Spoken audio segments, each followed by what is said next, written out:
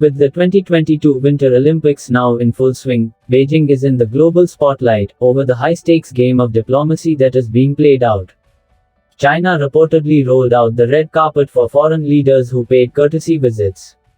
On the 3rd of February, China hosted the opening ceremony of the Winter Olympics in a world very different from when it held the Summer Games in 2008.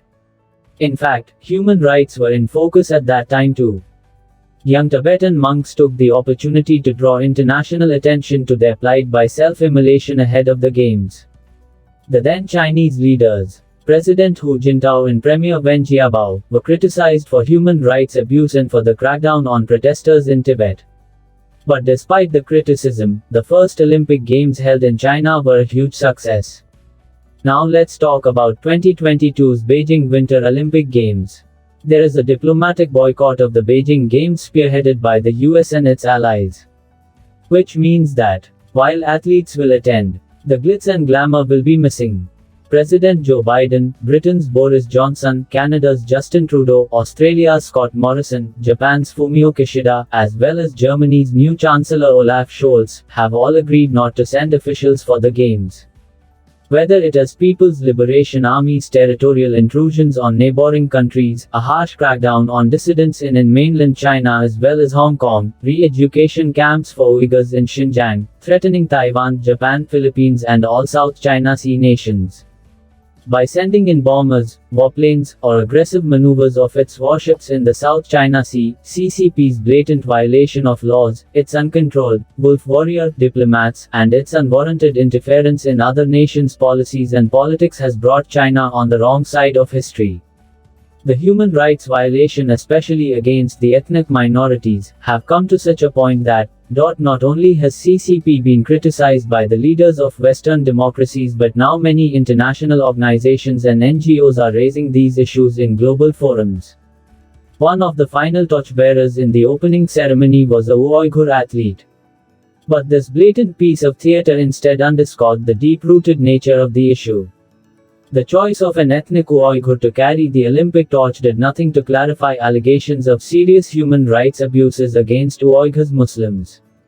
Interestingly, one of the bearers in the Olympic torch relay was a People's Liberation Army officer who was wounded in a 2020 clash on the Galwan Valley along the India-China border. Which makes one wonder, why and what statement was Chinese Communist Party trying to establish with this act?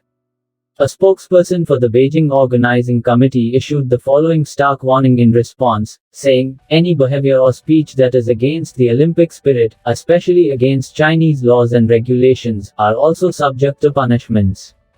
It should be borne in mind that China does not share the Western value of the rule of law. Instead, the Chinese leadership has made it abundantly clear that the law is under the leadership of the Chinese Communist Party only. In other words, in the name of law, the CCP can punish anyone as it sees fit for any speech or action that it does not like. The number of cases in which laws have been arbitrarily used against dissidents and human rights activists within China is too numerous to count. Even during these Winter Olympic Games, the hotels for foreign guests and athletes have been completely surrounded by fences. The police and guards have also been instructed to only open and close the gates for buses and other approved vehicles. There's no going for a walk around town, no shopping expeditions, no visits to local restaurants. And in case anyone forgets where they are and what the rules are, there are massive signs at just about every imaginable exit, signs that say, "Please stay within the enclosed compound activity area."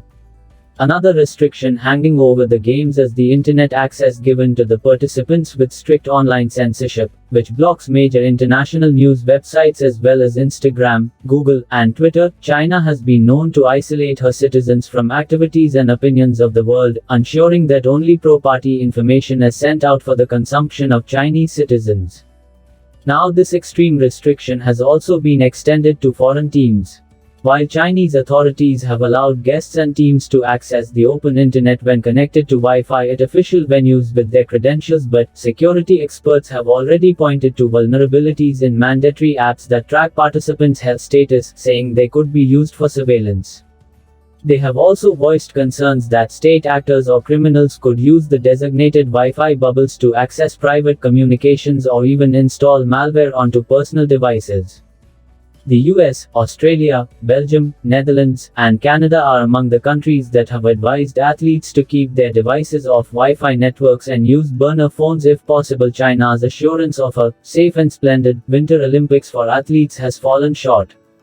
Athletes from all across the world are deeply unsatisfied and have expressed their frustration, not only with the pandemic rules that have been put in place but also about the weather conditions they are being asked to compete in. Athletes have also expressed concerns such as poor weather conditions, poor meals, strong pandemic protocols, and facing bias for a country that assured the world that they were completely prepared to host the games. It seems like China forgot to read a book on how to actually host guests, particularly athletes from different countries.